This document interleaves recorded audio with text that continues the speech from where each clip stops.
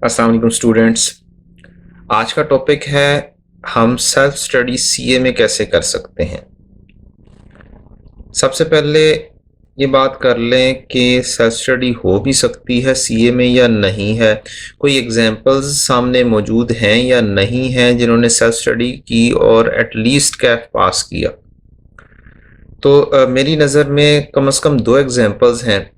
एक थे मेरे सीनियर जिन्होंने जब मैं बीकॉम कर रहा था तो वो एमकॉम कर रहे थे और उसके साथ ही उन्होंने CA inter with self study किया। दूसरी एग्जांपल मैं खुद हूँ। मैंने अल्हम्दुलिल्लाह ड्यूरिंग आर्टिकल्स बीकॉम के बाद आर्टिकल्स ज्वाइन किए और during articles with self study CA inter किया हुआ है। तो क्या तरीकाकार है आइए डिस्कस करते हैं। सबसे पहली बात जो आपने अपने जहन में रखनी है वो ये रखनी है कि आपने अपने माइंड में ये एम रखना है कि आपने ये पेपर पास करना है। अगर आप डामाडोल हो जाएंगे तो फिर ये बात भूल जाएं कि आप फिर इस तरीके से पास कर सकते हैं, इस वे आउट के जरिए पास कर सकते हैं। तो तरीकाकार क्या है, आपके पास दो चीज़ें स्टार्ट में होनी चाहिए। एक आईकैप की बुक और दूसरे कोई सी भी दूसरे टीचर की बुक जो कि ज़रा सी आसान अल्फाज में लिखी गई हो, जिसके अंदर पास पेपर अवेलेबल हो आपके पास चैप्टर वाइज। ये दो चीज़ें आपके पास होनी चाहिए। अब वे आउट क्या होगा, आपने आईकैप की बुक को स्टडी करना शुरू करना है। आईकैप पेपर जो सेट करता है वो अपनी बुक को सामने रख के करता है। तो आपके सामने आईकैप की बुक हो, आपने आईकैप की बुक स्टडी शुरू कर देनी है। यहाँ पर एक बात याद रखनी है, आपने स्टडी करना है, रीडिंग करनी है, कॉन्सेप्ट क्लियर करने हैं, क्रैमिंग नहीं करनी, रट्टा नहीं लगाना।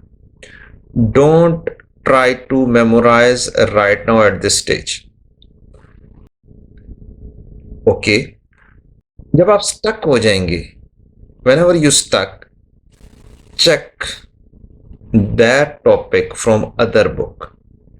आप दूसरी बुक से उसको कंपेयर करें, उस टॉपिक को पढ़ लें, समझ लग जाए तो बहुत अच्छी बात है।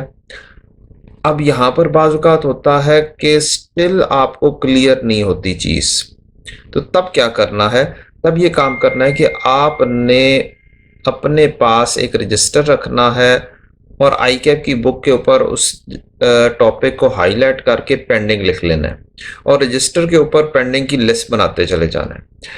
अक्सर औकात क्या होता है कि जब आप स्टडी कर रहे होते हैं तो वही चीज़ जो आपको क्लियर नहीं हो रही वो 2-3-4 चैप्टर्स पढ़ने के बाद क्लियर हो जाती है।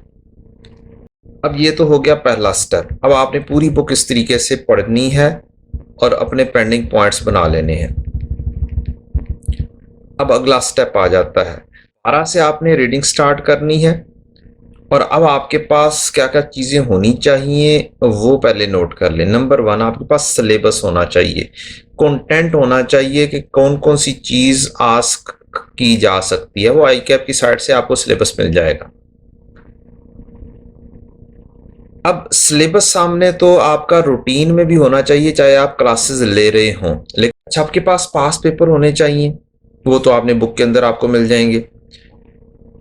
अब आपकी चूंकि थोड़ी बहुत लिंकिंग बन चुकी है सब्जेक्ट से, अब आपने दोबारा से चैप्टर पढ़ना है, पास पेपर उसके करने हैं और पास पेपर्स की बेसिस पर इम्पोर्टेंट एरियाज को खुद हाईलाइट करना है और अपनी बुक के ऊपर इम्पोर्टेंट के मार्क्स कर लेने हैं कि ये इंपॉर्टेंट है पेपर पॉइंट ऑफ व्यू से, ये इंपॉर्टेंट है। जो चीज़ें पहले से पेपर में आ चुकी हैं वो स्टिल इंपॉर्टेंट रहती हैं।